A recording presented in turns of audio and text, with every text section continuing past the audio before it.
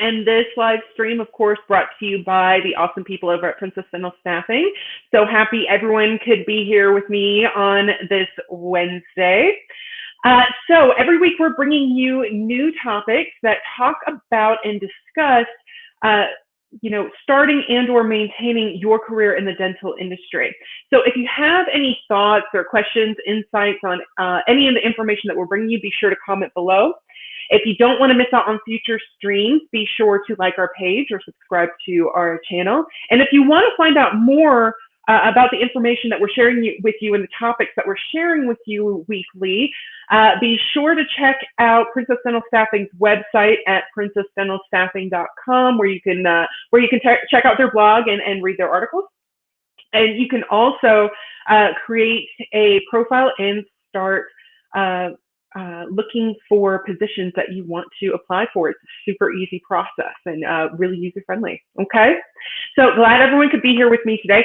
So this week we're going to be sharing some of the best interview questions to ask job candidates. Okay, so mostly we're going to be talking to the hiring managers, right, the decision makers in the office and in the practice. Okay, but this stream is also really great resource for job seekers as well. So we've done several streams and several videos on the importance of preparing and practicing for your interview as the job seeker. So today we're going to be, like I said, sharing some interview questions, and these will be some really great questions for job seekers to kind of practice when you are kind of prepping and practicing for an interview. Okay, so be sure to pay attention to some of these questions, and when you get time, go ahead and practice and decide on some answers and practice those answers so that you are not kind of searching for your answers during the interview. Okay, so let's first start off. So before we jump into the actual questions, let's start off by talking about why it's important to ask the right questions in the interview for the hiring managers, for the interviewers. Okay, it's important because interviewing takes a lot of time, effort, and energy. And basically the point of an interview is so that you can gather enough data to make an educated guess, an educated assumption on how this candidate would work in your office and how they would, fit with your company culture, how well they would represent your practice to patients, and how well they would fit in the team, right? By gathering that data by asking questions. So if you're asking the wrong questions, then you just spend a whole lot of your time and a whole lot of your energy getting data that doesn't really tell you a whole lot about how this person would work in your office and how well they would fit, right? And so now you have to make kind of a really uneducated guess as to who's the best candidate that you want to hire for your position. But if you're asking the right questions, then you've already got a pretty good idea of who's going to be the best fit and who's not. Okay. So we definitely want to make sure that we're asking the right questions. We want to make sure that we're asking questions that are related to the position, that are relevant, and that give you some really insightful information and data that can help you determine, if this person is going to be a good fit or not. Okay. So let's talk about what these questions are. Okay, so question number one, what career accomplishments make you most proud? This is a great question, okay, because it gives the candidate the opportunity to pick out, which accomplishment they are most proud of, okay? And of course, you can read about those accomplishments on their resume, but the point of asking which one you are most proud of, it gives you a little bit of insight into what the candidate values most. And when you know the candidate's values and what they're most proud of, you can kind of see how well that aligns with your office's values and practices. Okay, it's also a really good question. I'd like to start out with a question like this in the interview, just because it helps put the candidate at ease a little bit, right? Because if you start off the interview asking, what is your greatest weakness or something like that, it can be a little bit daunting for the candidate. But if you start off by asking something like, what career accomplishment or accomplishments are you most proud of? It gives the candidate the opportunity to talk about something that they're proud of, right? That they're most proud of. And it gives them a little bit of confidence, and it really kind of helps set an upbeat tone for the rest of the interview. Okay, so this is a really great question to ask. There's a lot of great information you can glean, and there's a lot of great advantages to asking this question. Okay, so that's question number one.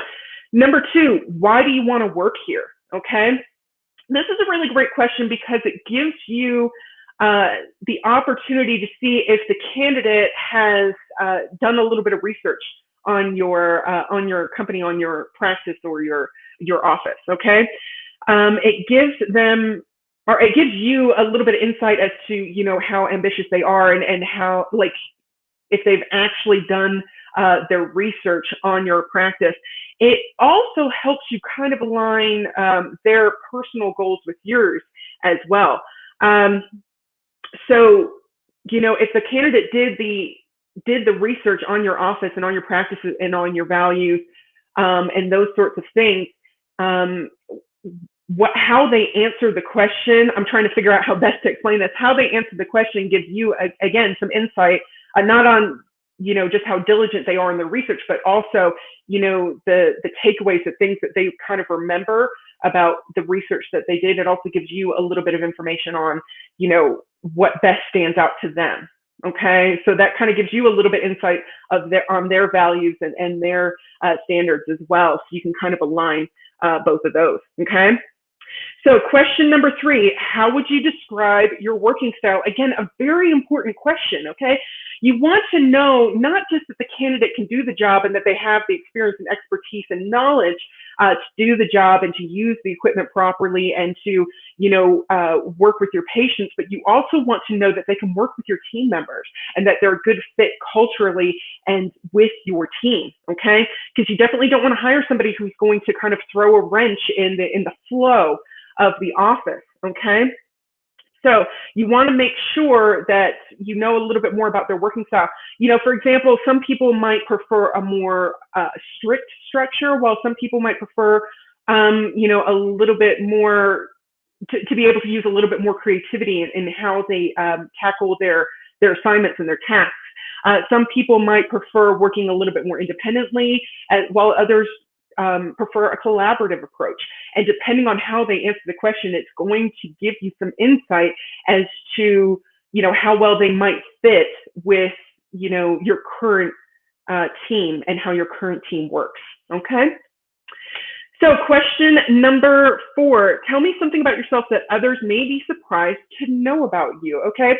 Now, this question seems a little bit like it wouldn't be very job related, but it actually is. And here is why. Because it's not a question that is asked a lot in an interview. Okay, so it might it kind of puts the candidate on the spot a little bit to answer a question that they're not necessarily prepared for. Okay, and it gives you a little bit of insight as to how you can expect that candidate to perform in a situation where a wrench is thrown in the plans, right? How that candidate is going to perform when they weren't prepared to handle a certain situation. Okay, it gives you some insight as to how their thought processes work and how they can creatively think about a position creatively think about a position and subsequently solve it and come up with an answer. Okay, so that is the next question. The next one, number 5, is what is your ideal position and why? Again, just gives you some insight as to what the candidate's values are, what their standards are, and what they expect from their office and their managers and their leadership. Okay, and if that doesn't align with what you offer or how your office works, again, it might not be the best candidate to hire, because again, it's just going to kind of throw a wrench in the flow of your office and your practice. Okay. Number 6, describe a difficult work situation and how you overcame it. Okay. So this is a really important question because again, it gives you an idea of how the candidate tackles difficult situations and tackles those situations that they weren't exactly expected for, or they didn't exactly plan for and didn't expect to tackle and to resolve, to fix and resolve. Okay, so it gives the candidate the ability to talk about the problem solving skills and how that works.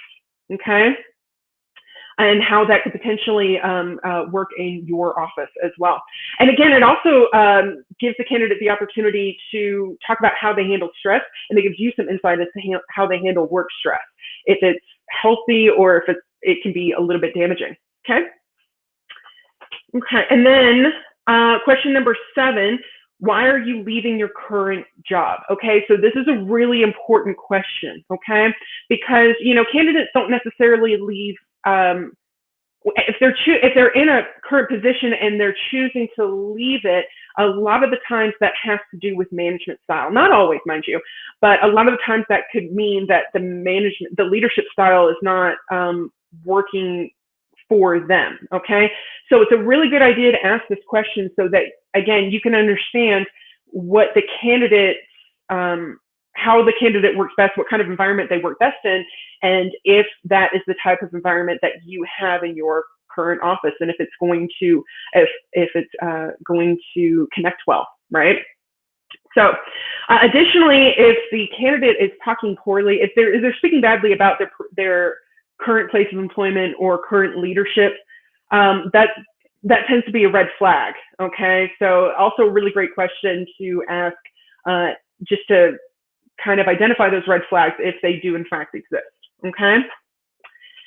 Lastly, what is one skill you would like to improve, and how do you plan on improving it? So this is kind of a twist on that "what's your greatest weakness" question, right?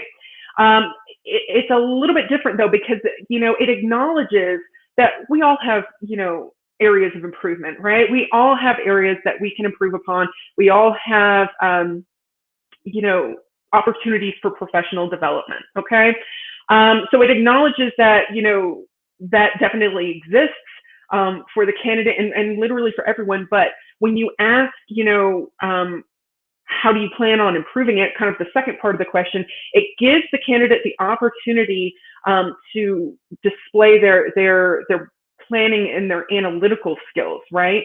To analyze the problem and to figure out a solution, and to and also their dedication and their diligence, how well or how often and how well they work on that problem and that issue to resolve it. Okay, so so definitely gives you an opportunity to get some insight on, firstly, what they consider their greatness weakness to be, but also how they plan to resolve kind of what can be considered a long-term problem.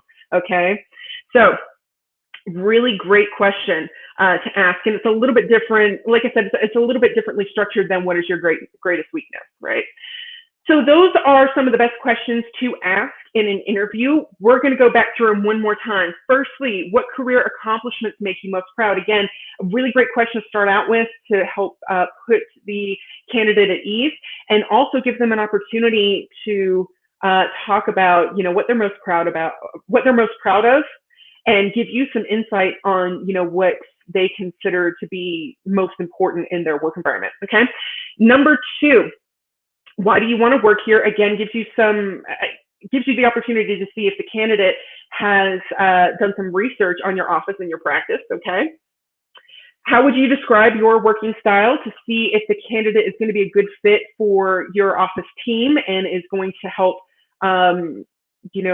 maintain that good workflow that you have, or, maybe potentially not so much.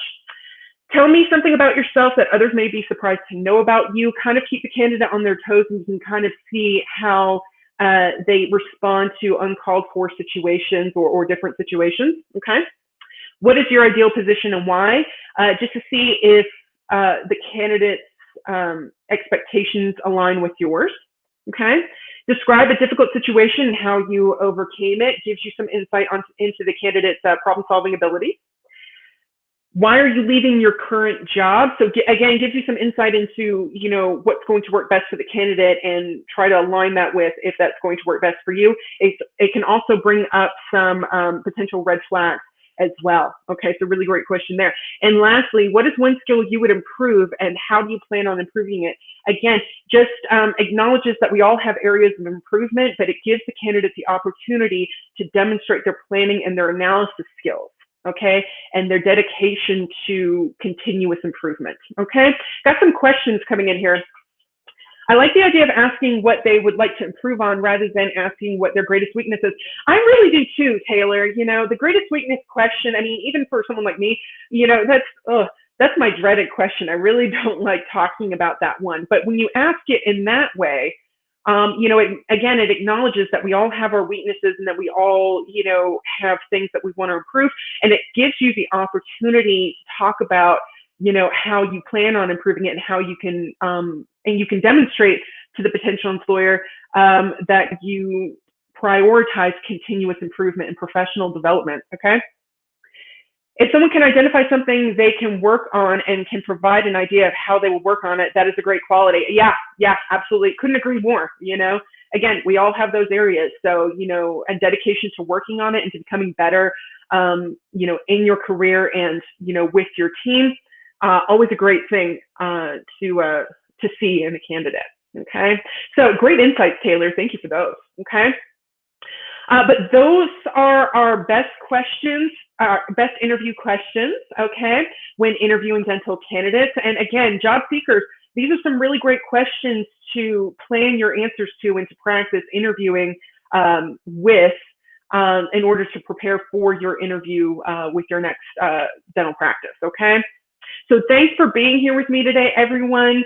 You know, I hope that you are enjoying this holiday season in full swing, and that you're still staying safe with the COVID pandemic, and you know, staying safe on these icy streets. I don't know about all of you, but I've got some ice outside. So so I hope you all stay safe. So thank you for being here with me today. I want you to have a great week. I want you to have the best weekend, and I will see you next week where we will be covering a new topic, okay? See you soon, everyone. Stay safe out there. Bye.